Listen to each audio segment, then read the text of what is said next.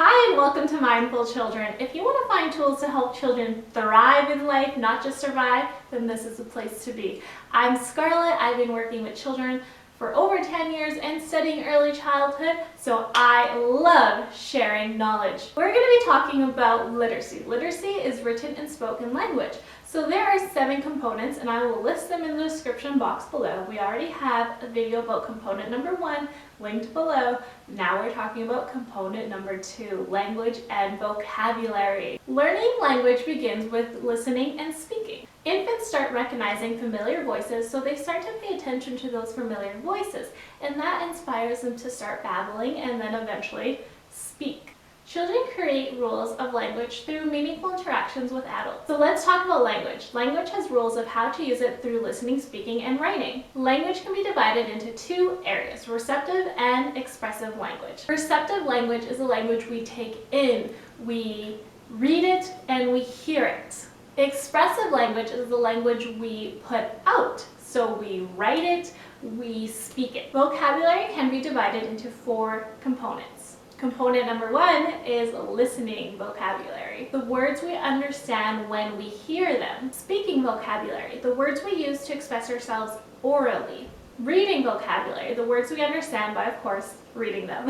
And lastly, the words we understand by writing them. Writing vocabulary. Children learn vocabulary and language in 4 basic ways: songs, rhymes, finger play, and movement activities. Hearing new words to describe what they hear at first hand. Listening to print being read out loud and talking about those new words. Lastly, talking to peers in informal and guided conversations. For example, if you've listened to our previous video, you know how we feel about using objective language, which just means that you are describing what you see and what you hear. So if a child shows you a picture and you describe what you see, you're using a lot more words, right? So you can say, oh, I see you used pink on this side, blue on that side, you have circles over here and little triangles over here. So they hear a lot more words when you describe pictures rather than if you just say, oh, that's beautiful. So when you role model using a lot of words, they can start to pick up on more language so that they can use that language to express themselves later on. So the question is, how can we incorporate those 4 ways of learning vocabulary and language? And there are actually 3 ways that we recommend. The first thing we recommend is to join the play. Or expand on the play, okay? Because we know children learn best through playing and role modeling. Those are the main ways that children learn. So when they're playing, what we can do as the adults in their lives is to really observe that play. What are they doing with the toys that they have or the equipment that they have?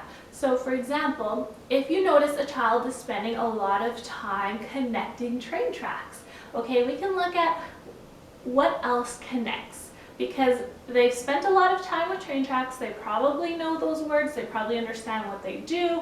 Now let's see how we can expand on that.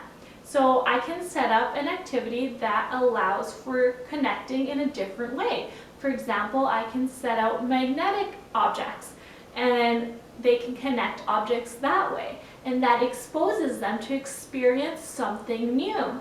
So now they are learning what is a magnetic object. What does an object do when it's magnetic versus when it's not? So I can set out an experience that invites them to explore objects that are magnetic and not magnetic. And it still connects to their interests, which is really important because if they are interested in the activity, then they will learn and they will create a meaningful experience with that play that teaches them new words.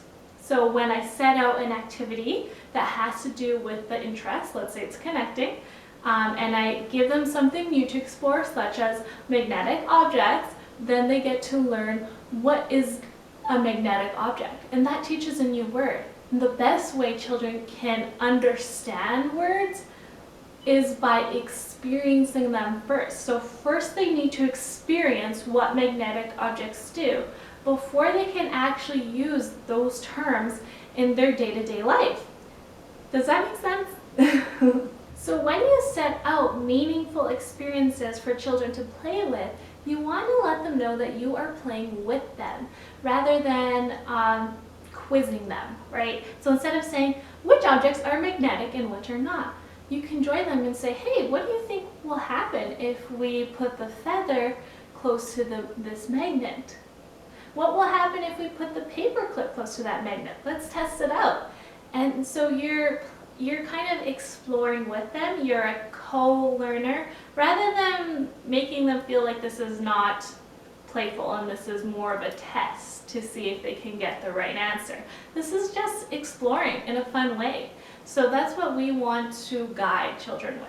So to help create meaningful experiences, to learn and experience these new words that you're exposing them to, we can set up creative experiences. These creative experiences should just be so juicy and interesting that they can't help but want to play. You want to create that desire to play and spark their interest.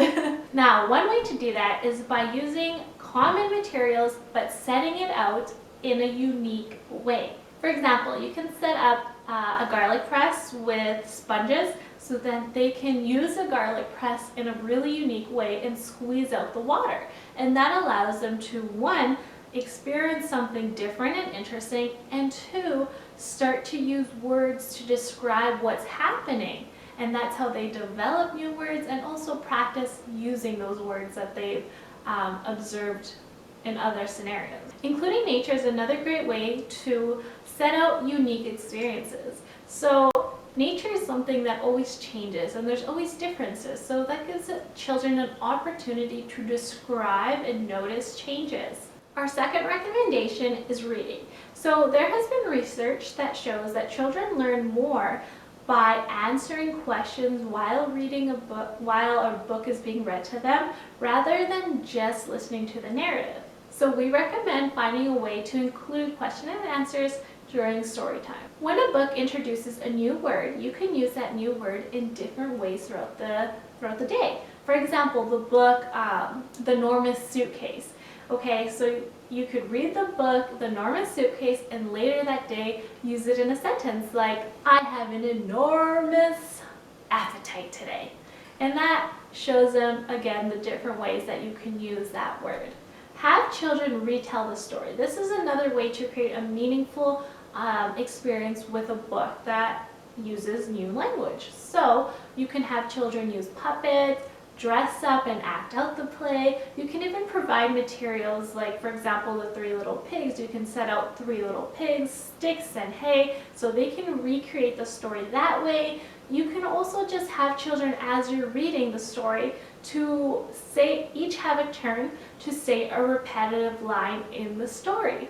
Our last recommendation is role modeling. If you did not see that coming, it means you have not been watching us very much, because we always talk about play and role modeling. So I had to bring in the play, I had to bring in the role modeling. Of course, we are role models. So when talking to children or around children, it is important to use complete sentences, especially around children as they're approaching the age 3 or older. With younger children, you can use shorter sentences, but still use complete words. For example, instead of saying, do you want your baba? You can say, do you want your bottle? Or just say, bottle, right, depending on the age. So even though you're not going to be using complex, long sentences with younger children, you can still use the full word and teach them that. In addition to role modeling speaking, we also need to role model listening. Yes, adults. Not all adults know how to listen very well, but we want to role model that to children as best as possible. Sometimes children take a little bit longer to express themselves, but really try your best to not cut them off or try to speak for them. I know you want to help, but that actually doesn't help them. Give them time and just listen. Then you can repeat back what they're trying to say. So for example, if a child says, I wanted to go to the mall yesterday, you can say, oh, you wanted to go to the mall yesterday? Then they'll say, yeah, yesterday. So that's how we can give them time to speak, try, and allow them to put together the sentence they're trying to say, and then you can repeat it back and make little changes where needed, like switching yestertime to yesterday. Please comment down below if you've also heard children say yestertime. I know it's kind of cute, but of course I do always say, oh, yesterday, right? Now, when it comes to role modeling, remember that children pick up on everything. It can really be mind-blowing sometimes, and I want to give you a little example. So I just want to remind you that I always say this, but open-ended questions are important, okay? Because open-ended questions allow children to respond using more words than just yes or no. They are doing the majority of the talking. That's what we want. So for example, we could say, how do you think the three little bears felt when they got home? Now that allows them to say a lot more than if we asked, do you think the three little bears were sad that someone ate all their food? Because all they can say is yes or no, right? So open-ended questions. Children will then respond with a lot more words than yes or no. Now I just want to give you a little example of how children pick up on these open-ended questions and objective language, because the other day an educator came to me and said, Scarlett, I know you've been using your open-ended questions and objective language because your preschoolers are picking up on it. And she said that one of the preschoolers was talking about a drawing to a peer and said, wow, what are you drawing? Can you tell me about it?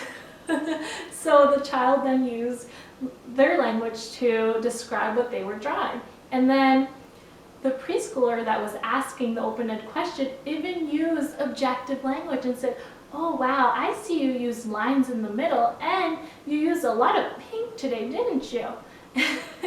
Which is just so funny, because that way of speaking, using that open-ended language, using that descriptive language to describe what the drawing included is a lot more than a child saying, I like your picture. That's beautiful, right? So that is where role modeling comes in. We role model open-ended questions. We role model using objective language, and children will pick up on that and be able to use it themselves to develop relationships and to develop their language skills. Well, everyone, that's all I have for you today. So please let me know if you liked this video. Thank you so much for watching. Please let me know down below if you've had a child say a really interesting word like yestertime too. Well, please subscribe and like this video, and I'll see you in the next. Bye!